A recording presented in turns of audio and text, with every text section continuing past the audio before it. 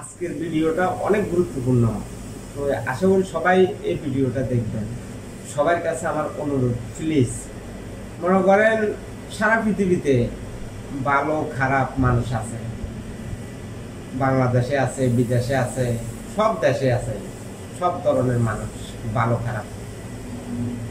তো আমাদের ভিতরে ভালো মন্দ এরকম মানুষ আছে। তো এই মানুষগুলারে আমরা চিনব কিভাবে?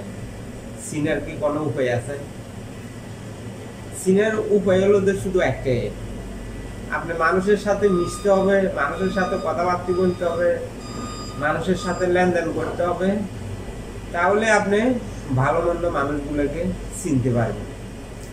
আর যদি আপনি কারোর সাথে চলাফেরা উঠা বসা যদি না করেন, তাহলে তো আর আপনার পক্ষে মানুষ চেনা সম্ভব না, কোনটা ভালো মানুষ কোনটা খারাপ মানুষ।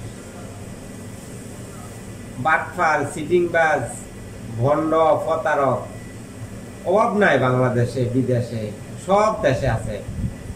তো আমরা মূলত ভণ্ড প্রতারকদেরকে চিনতে হবে কিভাবে? এখন মনে করেন ভালো মানুষরা তো মানুষের সাথে সুন্দর আচার ব্যবহার করে, আবার ভণ্ডরাও প্রতারকেরাও মনে করেন আপনার সাথে ভালো আচরণ করবো। তা আপনি কেমনে বুঝবেন কোনটা ভণ্ড কোনটা ভালো?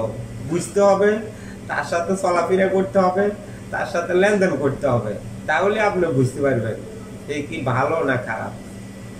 আসলে ভণ্ড প্রতারকেরা মানুষের সাথে মানুষকে এমন ভাবে ধোঁকা দেয়, আপনি কখনো বুঝতেও পারবেন না যে আপনাকে ধোঁকা দিতে আছে, মানে আপনার কল্পনার বাইরে।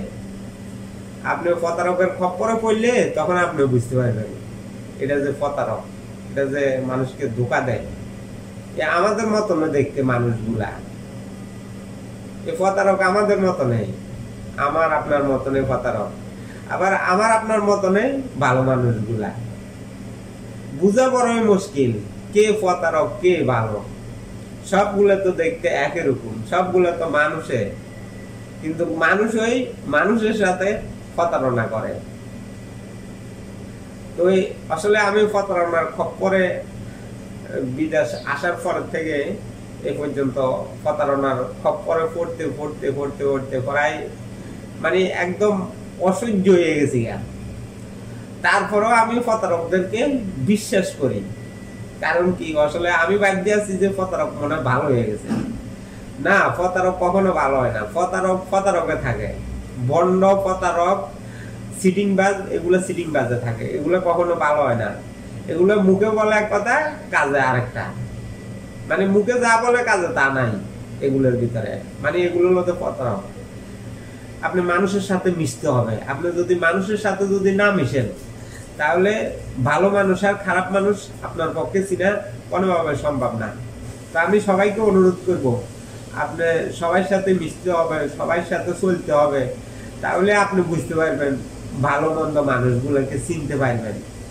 এছাড়া আপনার পক্ষে চিনা কোনোভাবে সম্ভব হবে না। প্রতিনিয়ত মানুষকে ধোঁকা দিচ্ছে, কিন্তু চিনা তো আর যাইতে আসে না কোনটা ভালো মানুষ আর কোনটা খারাপ মানুষ। এজন্য আমার অনুরোধ, সবাই সবার সাথে চলবেন, কথাবার্তা বলবেন। কথাবার্তা যদি না বলেন, তাহলে আপনার প্রতারক চিনা আপনার পক্ষে সম্ভব হবে না। এজন্য আপনাকে চলতে হবে, মানুষের সাথে কথা বলতে হবে, তাহলে আপনি চিনা সম্ভব হবে। প্রতারক, ভণ্ড, এই যে মনে করেন সিটিংবাজ, বাটফার, এগুলো চিনা আপনার পক্ষে সম্ভব হবে। তো আপনি যদি একা চলতে থাকেন, তো আপনি কোনোদিন এই ভালো মন্দ খারাপ এগুলো আপনার পক্ষে বোঝা সম্ভব হবে না। আপনি মনে করবেন যে আপনি যা করতে আছেন ওইটাই ঠিক, কিন্তু না ভাই, আপনি যা করতে আছেন ওইটা ঠিক না, ওইটা ভুলও হইতে পারে। আপনার কাছে মনে হইতেছে ঠিক, কিন্তু ওইটা ভুলও হইতে পারে, কারণ আপনি জাস্টিফাই কিভাবে করবেন?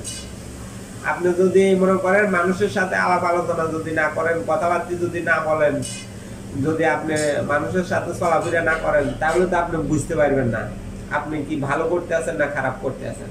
আপনাকে বুঝতে হলে সাথে চলতে হবে, তাহলে আপনি বুঝতে পারবেন।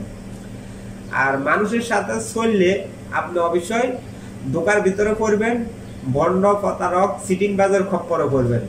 তারপরেও ওকে আপনার একটা শিক্ষা হবে যে আপনি সিটিংবাজের খপ্পরে পড়ছেন, ভালো মানুষের হাতে পড়ছেন। কিন্তু আপনি না চললে তো আর এটা বোঝা সম্ভব না।